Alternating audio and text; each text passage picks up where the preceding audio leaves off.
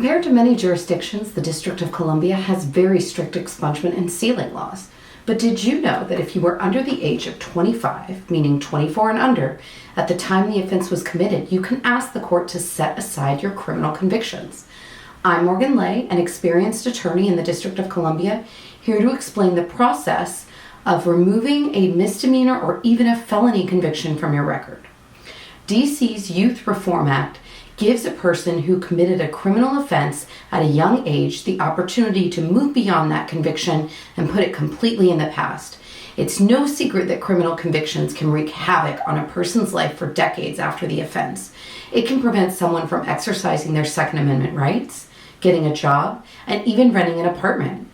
It can cause shame and embarrassment, even though a person may have successfully completed probation, paid their dues to society, and gone on to be a valuable and productive member of their community. This video will discuss the eligibility and process for wiping away a criminal conviction in the District of Colombia. It doesn't matter whether the conviction was a felony or a misdemeanor. Science has shown that people up into their mid-20s still have developing brains, specifically the prefrontal cortex, which is responsible for executive functioning, impulse control, and emotion regulation. Courts are slowly catching up to science, and DC's Youth Reform Act recognizes that a human being is different at 35 than at 21. So who's eligible for setting aside a conviction under the YRA? First, the person must have been a youth offender at the time the offense was committed. It does not matter what date the conviction became final. The focus is on the date that the crime was committed. A youth offender is defined as someone 24 years of age or younger at the time the person committed a crime. Certain criminal convictions are not eligible for a YRA set-aside. First and second degree murder that constitutes an act of terrorism, first and second degree sexual abuse, and first degree child abuse. So if you were 24 years or younger and not convicted of one of these aforementioned crimes, you're eligible to request a YRA sentence and set aside. So what are the YRA options? Before I get into what the court's going to focus on to determine whether a YRA conviction set aside is appropriate, I want to briefly touch on the sentencing options available to youth offenders that are currently involved in the system.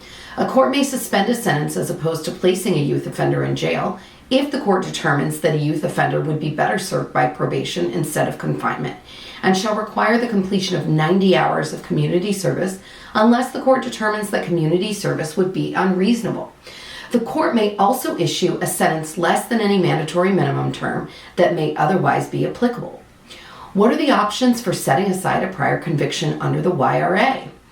Even if the YRA was not an available option at the time of the criminal conviction, a person may later petition the court for a YRA disposition and conviction set aside. In exercising its discretion, the court will consider the youth offender's age at the time of the offense, the nature of the offense, including the extent of the youth offender's role in the offense, and whether and to what extent an adult was involved. Whether the youth offender was previously sentenced under the YRA, the youth offender's compliance with the rules of the facility to which the youth offender has been committed, and with supervision and pretrial release, if applicable, the youth offender's current participation in rehabilitative district programs, the youth offender's previous contacts with the juvenile and criminal justice systems, the youth offender's family and community circumstances at the time of the offense, including any history of abuse, trauma, or involvement in the child welfare system, the youth offender's ability to appreciate the risks and consequences of the youth offender's conduct, any reports of physical, mental, or psychiatric examinations of the youth offender conducted by licensed healthcare professionals, the youth offender's use of controlled substances that are unlawful under district law, the youth offender's capacity for rehabilitation, any oral or written statement provided pursuant to Section 23-1904 or 18 U.S.C. 3771 by a victim or family member of the victim if the victim is deceased, and any other information the court deems relevant to its decision. With respect to this last catch-all factor, subsequent criminal contacts with the criminal justice system are one of the biggest factors that a court will consider. The more recent the subsequent conviction, the more effect it will have on the court's decision. In addition, the court will look at the age of the youth offender at the time of any subsequent convictions. What does a YRA set-aside actually mean? A YRA set-aside means that the conviction is vacated and removed from a criminal record entirely, and the youth offender is placed in the same position they were in prior to the conviction. So how can an attorney help get your conviction set aside? An attorney can assist by gathering relevant facts and evidence to show the court that a conviction should be set aside. The attorney can write a persuasive memorandum of law and attach exhibits and respond to any opposition from the government. An attorney can also prepare their client for a hearing to give them the best possible chance of success.